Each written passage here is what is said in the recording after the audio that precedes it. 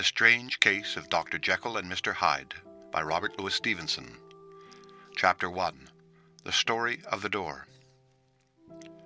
Mr. Utterson the lawyer was a man of a rugged countenance, that was never lighted by a smile, cold, scanty, and embarrassed in discourse, backward in sentiment, lean, long, dusty, dreary, and yet somehow lovable.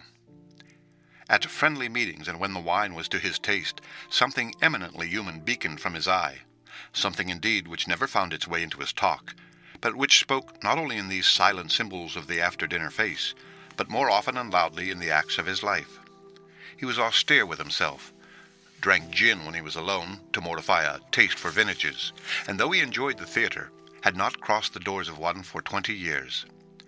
But he had an improved tolerance for others, sometimes wondering, almost with envy, at the high pressure of spirits involved in their misdeeds, and in any extremity inclined to help rather than to reprove. "I incline to Cain's heresy," he used to say quaintly. "I let my brother go to the devil in his own way." In this character, it was frequently his good fortune to be the last reputable acquaintance and the last good influence in the lives of down-going men. And to such as these, so long as they came about his chambers, he never marked a shade of change in his demeanor. No doubt the feat was easy to Mr. Utterson, for he was undemonstrative at the best, and even his friendship seemed to be founded in a similar catholicity of good nature.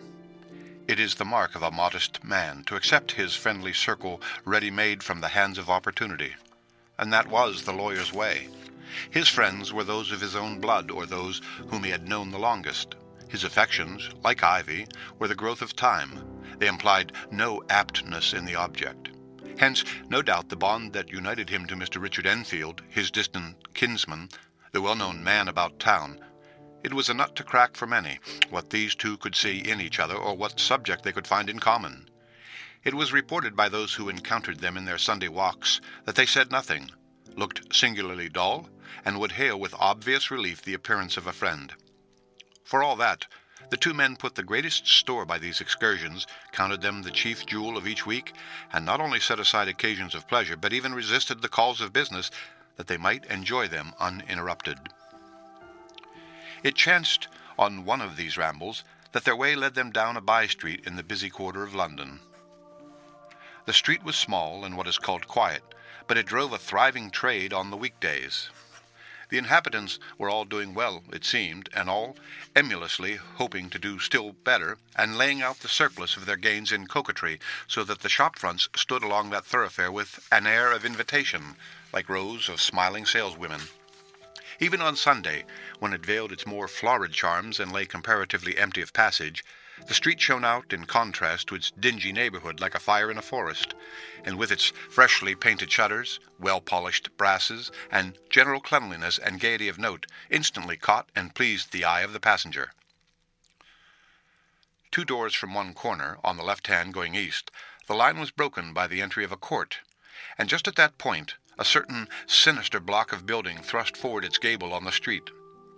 It was 2 stories high, showed no window, nothing but a door on the lower story, and a blind forehead of discolored wall on the upper, and bore in every feature the marks of prolonged and sordid negligence.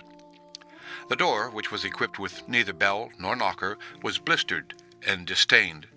Tramps slouched into the recess and struck matches on the panels. Children kept shop upon the steps. The schoolboy had tried his knife on the mouldings, and for close on a generation no one had appeared to drive away these random visitors or to repair their ravages. Mr. Enfield and the lawyer were on the other side of the by-street, but when they came abreast of the entry, the former lifted up his cane and pointed. "Did you ever remark that door?" he asked, and when his companion had replied in the affirmative, "It is connected in my mind," added he, "with a very odd story." "Indeed," said Mr. Utterson with a slight change of voice. "And what was that?" "Well, it was this way," returned Mr. Enfield. "I was coming home from some place at the end of the world about 3 o'clock of a black winter morning, and my way lay through a part of town where there was literally nothing to be seen but lamps. Street after street, and all the folks asleep. Street after street, all lighted up as if for a procession, and all as empty as a church.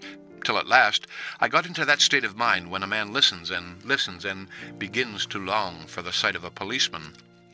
All at once, I saw two figures. One, a little man who was stumping along eastward at a good walk, and the other, a girl of maybe 8 or 10, who was running as hard as she was able down a cross street.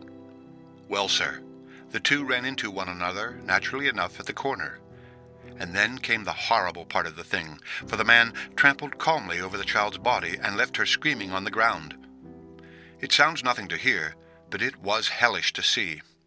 It wasn't like a man, it was like some damned juggernaut. I gave a view halloa, took to my heels, collared my gentleman, and brought him back to where there was already quite a group about the screaming child. He was perfectly cool and made no resistance, but gave me one look so ugly that it brought out the sweat on me like running. The people who had turned out were the girl's own family, and pretty soon the doctor for whom she had been sent put in his appearance. Well, the child was not much the worse, more frightened according to the sawbones, and there you might have supposed would be an end of it. But there was one curious circumstance. I had taken a loathing to my gentleman at first sight, so had the child's family, which was only natural. But the doctor's case was what struck me.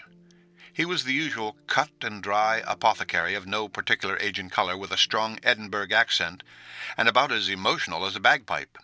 Well, sir, he was like the rest of us. Every time he looked at my prisoner, I saw that Sawbones turn sick and white with the desire to kill him. I knew what was in his mind, just as he knew what was in mine, and killing being out of the question, we did the next best. We told the man we could and would make such a scandal out of this as should make his name stink from one end of London to the other. If he had any friends or any credit, we undertook that he should lose them. And all the time, as we were pitching it in red hot, we were keeping the women off him as best we could, for they were as wild as harpies. I never saw a circle of such hateful faces, and there was the man in the middle with a kind of black, sneering coolness, frightened, too, I could see that, but carrying it off really like Satan. If you choose to make capital out of this accident, said he, I am naturally helpless. No gentleman but wishes to avoid a scene, says he. Name your figure. Well, we screwed him up to £100 for the child's family. He would have clearly liked to stick out, but there was something about the lot of us that meant mischief, and at last he struck. The next thing was to get the money. And where do you think he carried us but to that place with the door? Whipped out a key, went in, and presently came back with a matter of £10 in gold and a cheque for the balance on Coots, drawn payable to bearer and signed with a name that I can't mention, though it's one of the points of my story, but it was a name at least very well known and often printed. The figure was stiff, but the signature was good for more than that, if it was only genuine. I took the liberty of pointing out to my gentleman that the whole business looked apocryphal, and that a man does not in real life walk into a cellar door at 4 a.m. and come out of it with another man's cheque for close upon £100. But he was quite easy and sneering. Set your mind at rest, says he. I will stay with you till the banks open and cash the cheque myself. So we all set off, the doctor and the child's father, and our friend and myself, and passed the rest of the night in my chambers. And next day, when we had breakfasted, went in a body to the bank. I gave in the cheque myself, and said I had every reason to believe it was a forgery. Not a bit of it. The cheque was genuine. Trot, trot, said Mr. Utterson. I see you feel as I do, said Mr. Enfield. Yes, it's a bad story. For my man was a fellow that nobody could have to do with, a really damnable man, and the person that drew the cheque is the very pink of the proprieties, celebrated too, and, what makes it worse, one of your fellows who do what they call good. Blackmail, I suppose, an honest man paying through the nose for some of the capers of his youth. Blackmail House is what I call that place, with the door in consequence. Though even that, you know, is far from explaining all, he added, and with the words, fell into a vein of musing. From this he was recalled by Mr. Utterson asking rather suddenly, And you don't know if the drawer of the cheque lives there? A likely place, isn't it? Returned Mr. Enfield, but I happen to have noticed his address. He lives in some square or other. And you never asked about the place with the door? Said Mr. Utterson. No, sir. I had a delicacy, was the reply. I feel very strongly about putting questions. It partakes too much of the style of the Day of Judgment.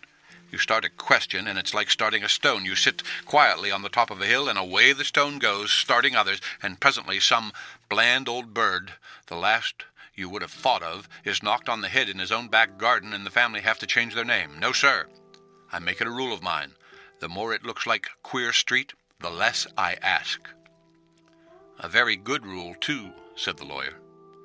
"But I have studied the place for myself," continued Mr. Enfield. "It seems scarcely a house. There is no other door, and nobody goes in or out of that one but once in a great while the gentleman of my adventure. There are 3 windows looking on the court on the first floor, none below. The windows are always shut, but they're clean. And then there is a chimney which is generally smoking, so somebody must live there, and yet it's not so sure, for the buildings are so packed together about that court that it's hard to say where one ends and another begins." The pair walked on again for a while in silence, and then, "Enfield," said Mr. Utterson, "that's a good rule of yours." "Yes, I think it is," returned Enfield. "But for all that," continued the lawyer, "there's one point I want to ask. I want to ask the name of that man who walked over the child." "Well," said Mr. Enfield, "I can't see what harm it would do. It was a man of the name of Hyde." Said Mr. Utterson. "What sort of a man is he to see?" "He is not easy to describe. There is something wrong with his appearance, something displeasing, something downright detestable. I never saw a man I so disliked, and yet I scarce know why. He must be deformed somewhere. He gives a strong feeling of deformity, although I couldn't specify the point. He's an extraordinary-looking man, and yet I really can name nothing out of the way. No, sir, I can make no hand of it. I can't describe him, and it's not want of memory, for I declare I can see him at this moment." Mr. Utterson walked some way in silence, and obviously under a weight of consideration. "You are sure he used a key?" he inquired at last. "My dear sir," began Enfield, surprised out of himself. "Yes, I know," said Utterson. "I know it must seem strange. The fact is, if I do not ask you the name of the other party, it is because I know it already. You see, Richard, your tale has gone home. If you have been inexact in any point, you had better correct it." "I think you might have warned me," returned the other with a touch of sullenness. "But I have been pedantically exact, as you call it. The fellow had a key, and what's more, he still has it. I saw him use it not a week ago." Mr. Utterson sighed deeply, but said never a word, and the young man presently resumed. "Here is another lesson to say nothing," said he. "I am ashamed of my long tongue. Let us make a bargain never to refer to this again." "With all my heart," said the lawyer. "I shake hands on that, Richard." The end of Chapter 1.